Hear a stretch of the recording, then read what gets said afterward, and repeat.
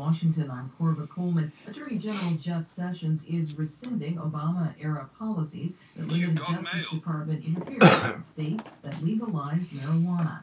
Sessions' new policy will let U.S. attorneys decide how to proceed in their jurisdictions, opening the door to more marijuana enforcement. Colorado Republican Senator Cory Gardner says on Twitter the policy contradicts what Sessions told him before Sessions' confirmation hearing. Senator Gardner says he is prepared to hold up Justice Department nominations over this change. A lawyer for President Trump has sent a letter to a journalist and his publisher demanding they pull a new book about to be published. The explosive book by Michael Wolff contains quotes from people who know Trump. It features some derogatory comments from former White House strategist Steve Bannon. Trump has already issued a blistering denunciation of Bannon. Trump's attorney says he is investigating alleged false statements in the book. The National Weather Service says a powerful winter storm is hammering the East Coast. It's already left much of the South behind, with snow in places that don't usually get it. But it's aiming at the Northeast, with areas such as Boston expected to get up to 18 inches of snow. Authorities are concerned about the near hurricane-strength winds. These could topple power lines and cut off heat to customers in the bitter cold. The weather appears to have had a role in a passenger train derailment in Savannah, Georgia, late last night. Amtrak passenger Helena Duke was aboard the train when the baggage car left the tracks. We were trying to pull up normally, but the switch was frozen. And after like an hour of trying to defrost it, they gave up. So we passed the station, and then we were going to back up into it. Then the baggage car derailed. More than 300 people were aboard the Amtrak train. No one was hurt. A Tibetan jailed after being interviewed by the New York Times in China has been tried for inciting separatism. NPR's Rob Schmitz has more. The case of Tashi Wangchuk has highlighted the risks faced by Chinese citizens when speaking to foreign media, especially those who belong to an ethnic minority. Tashi was detained 2 years ago after the Times published a video and article featuring him promoting Tibetan language education. He's been imprisoned ever since. His lawyer, Liang Xiaowen, said Tashi was treated well in detention and is in good mental condition. His case hinged on the argument that appearing in the Times 9-minute documentary did not amount to separatist activity. In the documentary, Tashi talks about the pressure and fear felt by Tibetans and is worried that their culture is being wiped out through the steady erosion of their language. Rob Schmitz, NPR News, Shanghai. On Wall Street, the Dow Jones Industrial Average is up 158 points at 25,079. It's trading above the 25,000 mark for the first time today. You're listening to NPR News from Washington. President Trump has dissolved his controversial Election Integrity Commission. He formed the group after claiming he would have won the presidential popular vote in 2016 if not for millions of illegally cast votes. He never provided any evidence for the claim. Trump still created the commission, which drew legal challenges. Trump tweeted this morning blaming Democratic states for failing to turn over vital information, but many states were blocked by law from sharing the voter data. Cancer death rates in the U.S. are continuing their gradual decline, according to the American Cancer Society's annual update. NPR's Richard Harris reports that reduced tobacco use is a major reason. Lung cancer deaths among men peaked around 1990 and have been declining sharply since. Lung cancer deaths among women are also on the decline. These trends are due to a big drop in smoking in recent decades. Another disease in sharp decline is cancer of the colon and rectum. That's largely because colonoscopies are very good at detecting and removing polyps before they become cancerous. Prostate and breast cancer death rates are also declining. Overall, the cancer death rate dropped by 1.5%. The death rate was higher among African Americans, especially those under the age of 65, the report finds, partly because of poorer access to quality health care. Richard Harris, NPR News. Anti-government protests continue in several Iranian cities today, but there are new pro-government marches being held, similar to those staged yesterday. Participants are denouncing violence. There are reports that new pro-Iranian government rallies will also be held tomorrow. I'm Corva Coleman, NPR News in Washington. I'm John Larson. Good morning. Increasing clouds and cold with a high near 16 degrees today. Tonight, a 40% chance of sun for 1 a.m. Mostly cloudy with a low of 9 degrees. Tomorrow, a chance of snow before 9 a.m., then a chance of flurries after 9 a.m. Mostly cloudy and cold with a high near 20 degrees. Currently at 6 degrees in St. Louis. It's 5 degrees in in Rolla. It is -1 in Quincy.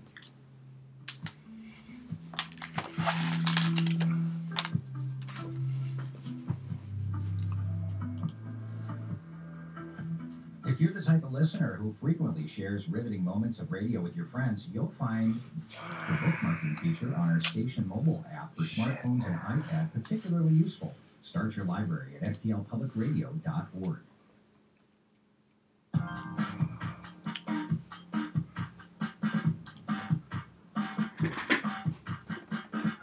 This is 1A. I'm John Donvan, host of Intelligence Squared US, sitting in for Joshua Johnson today in Washington. And during the last presidential election and in the first year of the Trump presidency, a curious thing happened to the political persuasion known as socialism. It started to pick up new adherents. And of course, much of that can be traced to Senator Bernie Sanders, who ran for the Democratic nomination as a Democratic socialist, proving persuasive to large numbers of especially younger voters. Well, we're going to win because first we're going to explain what democratic socialism is. And what democratic socialism is about is saying that it is immoral and wrong that the top 0.1% in this country own almost 90%, own almost as much wealth as the bottom 90%. And according to a May 2016 Gallup poll taken after most of the Democratic primaries were passed, 35% of Americans viewed socialism favorably. And in 2017, among voters under 30, that number rose to 55%. So here's how we came to do this show today on this topic. We have asked you over the past month to chime in and let us know what issues you most wanted discussed on 1A, and the new popularity of socialism was one of the top 3 winning listener suggestions. So here we go. What is this renewed interest in socialism, and what effects might we see from this growing interest in the United States in it, especially with the younger voters? David Weigel, welcome. David is a Washington Post reporter who covers Congress and grassroots political movements, joining me here in the studio. And Bhaskar Sankara, who is the editor and publisher of Jacobin magazine. He was previously vice chair of the Democratic Socialists of America and is still currently a member, joining us from a studio at NPR New York. Bhaskar, hello. Thanks for joining us. Thank you for having me on. And we'd also like to get your voice into this conversation. Please call us at 855-236-1A18. That's 855-236-1212. Again, 855-236-1A18 or 855-236-1212. And here's a sampling of what some of you have had to say on this topic already. Hi, 1A. My name is Molly, and I live and work here in D.C. I've been a proud Democratic Socialist for about 8 years. Bernie Sanders has been instrumental to our movement over the last 2 years or so, and I've helped change some of the stigma around the word socialism, but he is not the only impetus behind the recent rise in the popularity of democratic socialism. You don't need to be a Bernie supporter to see how messed up things have gotten in our country. My name is Michael. I'm from Orlando, Florida. I'm a 23-year-old college student, so like many people my age, I was exposed to democratic socialism via the Bernie Sanders campaign, and I wouldn't consider myself a democratic socialist, but I would say that certain aspects of our society, such as education and healthcare, could benefit from socialism. My name is Lizzie. I'm 19 and calling from Minnesota. I have an extremely positive outlook about socialism, partially because of Bernie Sanders' campaign, but mostly because of books I've read and research I've done about the 1959 Cuban Revolution. Fidel Castro, along with the men and women who fought to free the island from Batista, did incredible things to help their fellow Cubans, though they've always been shown in a bad light by the United States. Under Castro's leadership, people were educated, given land, and had health care, no matter how much money they had. Socialism, and even the right kind of communism, with compassion and care, is more than about the greater good for everyday citizens, and less about making a few bucks. David Weigel, I note that Lizzie is 19 and Michael is 23 years old. I'm not sure how old Molly is, but I'm guessing on the younger side. And honestly, I think until recently, there was a sense that socialists were of a certain age and that their moment was sort of in the Bernie Sanders age group, and that group stayed small and grew up through the 70s and 80s and didn't have followers, generations following. There was a big gap.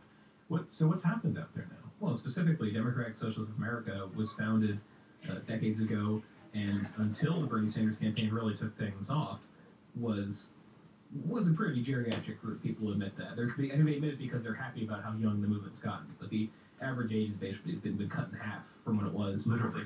Oh yeah, the average age of membership. And if, I've been to lots of DSA meetings. I've been out with DSA canvassers, and it's 20 and 30 somethings are dominant in this group, and that's everywhere from Virginia to Iowa to Minneapolis to Houston. Yeah, but that's totally brand new. That's a new thing. And these are people who, a different generation might have gone to Howard Dean meetups. A different generation would have gone to, I think, Gary Hart meetups. This is all a function, I think, of the particular economic challenges facing young people who've kind of done everything they've been told, went to college, got a job, and came of age in a long, painful recession that was, for them, exacerbated by the cost of just living, of trying to start your life. And so socialism became attractive. Because of Bernie Sanders popularizing this movement, people gravitate to that in particular. I think there's a bit of rebelliousness, the way that I saw in the Tea Party, rebelliousness with associating yourself with something that used to be taboo. But after that association was made, people saying, well, I agree with all these concepts. This perfectly defines the way that I think that our society should be transformed, the way that I've seen as somebody who have had kind of some advantages, but have had an expensive life and haven't been able to get out of my apartment or move to my parents' house. That's what I've seen. The politics ran in tandem with people joining the movement. Vasquez and Carr, we're going to have a little bit of a challenge in this program over this fact. Pinning down what the word socialist means is a little bit tricky. It's a little bit like the word Democrat. We all think we know what it means by it, but there's a slightly different definition of what constitutes democracy or a Democrat. So what's your working definition of socialism? And who's going to challenge your definition? Fundamentally about extending democracy and rights. So in other words, socialists think that democracy in the political sphere is good, but to truly actualize a deeper and richer form of democracy, we need to talk about democracy in social spheres, we need to talk about democracy in the home, in the workplace, and also extending our definition of what rights people are truly entitled to. So in other words, even if someone's a supporter of the Tea Party would probably concede that a child born in the United States has a right to a K-12 education through basic, free access to being able to be literate, to learning math, the basics at least. The socialists would say, then why wouldn't that same child have the right to health care, have the right to housing, have the right to 3 meals a day? So it's about extending and thinking about what's necessary for people to reach their potential, and in turn, people having more power over the decisions that influence their life, and being able to reach their potential would help other people reach their potential too. I think this is a pretty rudimentary definition. Obviously, there are forms of socialism that took more authoritarian turns that probably wouldn't emphasize freedom, democracy, and civil society. But I think this is a broadly shared definition. Can you quantify, we just heard Dave Weigel share that he's seen this real surge of younger people, such that the average age of your organization has been cut basically in half in the last couple of years. So can you quantify the growth of this organization among these younger new members? Yeah, I mean, I joined Democratic Socialists of America 10 years ago when I was 18 years old. I'm 28 now. When I was just joining in 2007, the median age was 67 in the organization. Now I think it's around 30. And in terms of numbers, the organization went from hovering around 6,000 members to having close to 35,000 members. So it's a pretty, it's pretty extreme growth, and a lot of it in the last 2 years as a result of both the Bernie Sanders campaign, Trump being elected and people responding to that, and also I think on our part a bit of dumb luck. I think people heard Bernie Sanders say the word democratic socialist. They thought it was an interesting idea. They literally Googled what is democratic socialism, and DSA's site came up, and a lot of those people hung around, read some of the literature, and decided to join. So, I mean, of course, we have lots of great organizers. We're all trying very hard to get people to join, but I think the luck and chance factor played a big role too. Dave Weigel, we have an interesting Daniel. Hello? And Daniel points out your comment before that Bernie Hello? Hi, may I speak to Tabu? is popular Yes, among this is he. millennials. He's quoting to us the John Dean Oh, idea wow. that millennials Do you are have something in your predominantly background? Because I libertarians. feel like I'm hearing a lot. I think Yeah, I got it. on I'm some talking issues to you they from my are, computer. but not on Let me economic cut the justice. radio Oh, down. okay. Yeah, okay. Um, okay, yeah, I spoke with you a couple of weeks ago through Hakeem, and I just needed your email address so I could send you these T-shirt, the logos, and so you could give me pricing. And I have 2 different T-shirt designs, and I also have an idea of what type of the material that I want. Like I like the Bella T-shirts, those soft tees for women. Okay. Is that okay? Yeah. Yeah. Well, we talk.